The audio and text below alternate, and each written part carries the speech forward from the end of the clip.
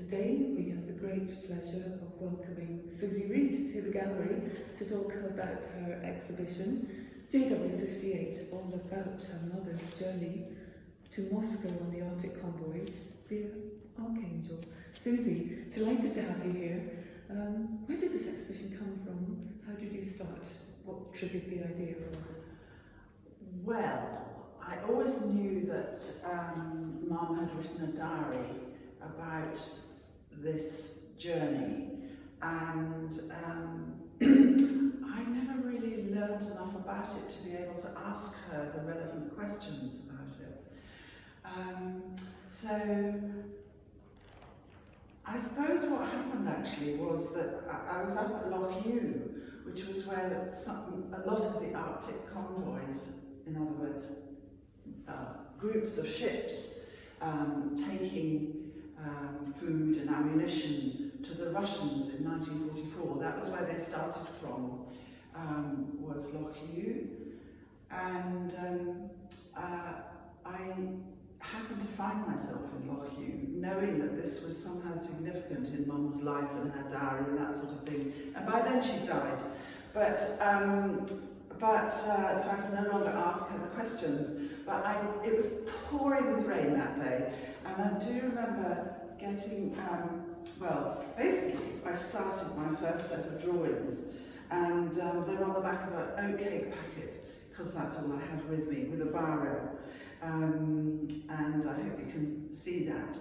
And it just, I think when I draw things, it makes me really look.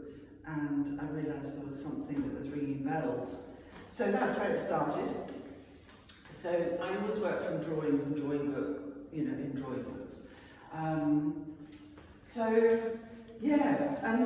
And actually this map is very simplistic really, and it really came from the map that Mum drew. So she was 24, and she had, I don't know if you can see that, but it's a very crude map that she drew, but it does show you the route that the Arctic convoys took in winter.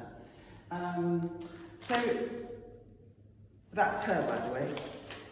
Well, we're close up. And did you follow in her footsteps exactly, or did you take a different journey? I took an overland journey. But she couldn't take an overland journey because Europe was mainly occupied in 1944 by the Germans, as was Norway. And so Mum was working for the Ministry of Information in London. So I've done this bit of journey lots of times up to Inverness. I live in Edinburgh. And then she went across to Loch Ewe in an army vehicle from Achnasheen to Loch Ewe. And then these little boats trying to indicate the route that she took. In summer you could go right up the outside of Iceland, which was apparently much safer, but her convoy had to go more south, which actually put them at enormous risk, because in the fjords of Norway there were lots of German submarines being mended. And the Tirpitz as well. And the Tirpitz was there as well. So, that's why she went that route. I went overland and spent time in Moscow, and so there's Moscow in Scotland. I went by train to Archangel and train to Murmansk. From the point of view of did I follow her footsteps exactly, I did follow her footsteps exactly in Moscow, because I knew where she stayed and I knew where she worked.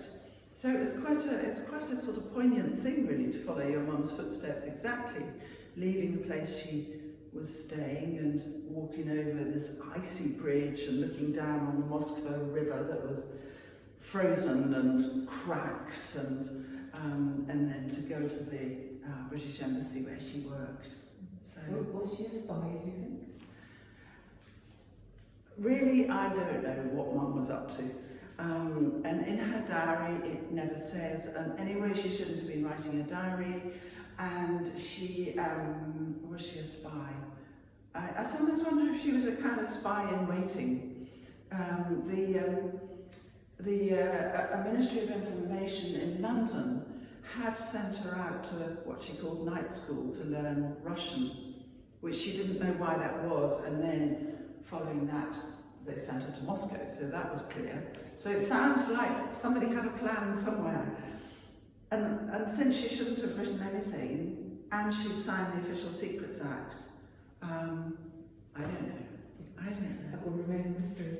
Why are your paintings all in black and white? Why are they all black and white? I think a lot of, my mum was quite a sparky, fun sort of person, but her diary is quite bland, and there's a bleakness about the time, 1944, and a bleakness about some of the things that all the stuff really I've painted, and I think that black and white conveys that, but also I like to use really, I'm sort of careful with the amount of stuff that I use. So it's paper, I don't like to frame things, and there's another reason for that, they remind me slightly sometimes of black and white photographs of the time. And some of them, because of the technique I've used, are quite shiny, like photographs. And so, you know, that has quite a sheen to it, which I feel is photographic. But they also remind me of when I was at primary school, and we always had these maps that they unrolled.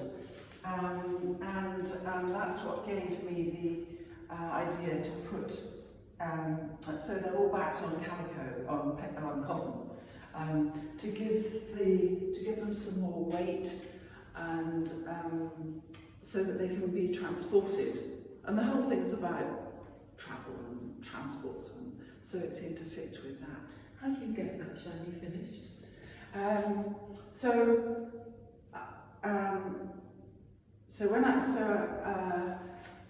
So the process is basically I stick this bit of paper to the wall of my studio with masking tape, and that's how I end up with a bit of a frame, I suppose you might call it.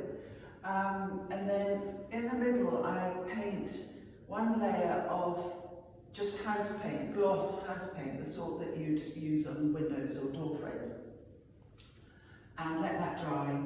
And then usually I do a second coat as well, or partially a second coat, and let that dry.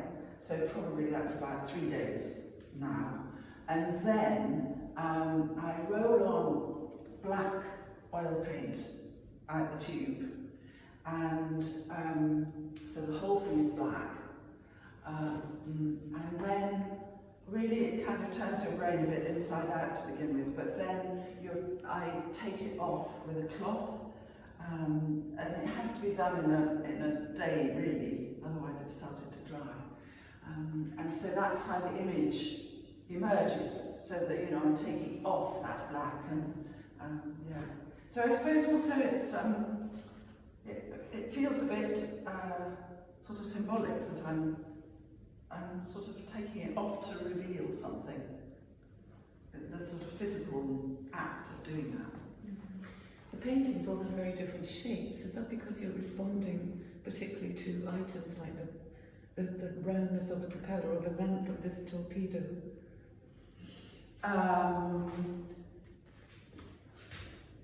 Yes.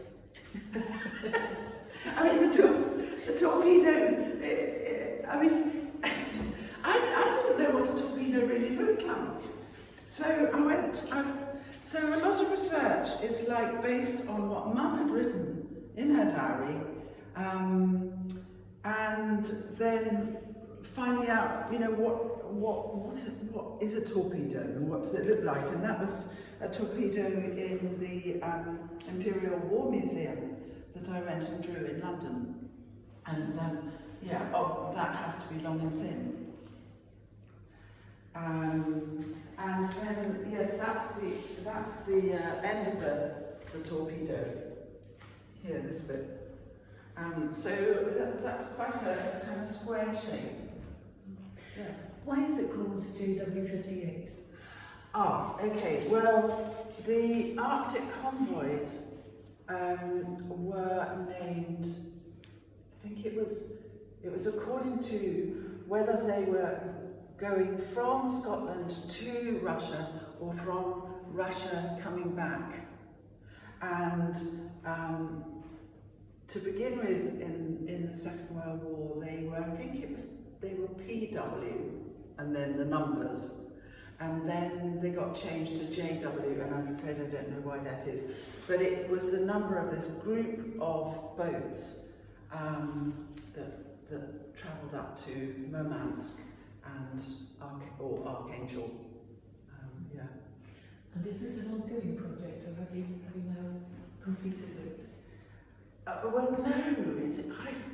I kind of feel that I'm still got things to learn about and find out about, and there's a bit of a lead I've got into finding out about the way some of the convoys started in Liverpool.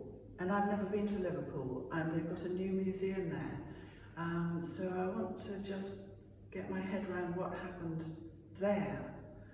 They have a new museum about Atlantic, an older museum about Atlantic convoys, but they've added a bit about Arctic convoys.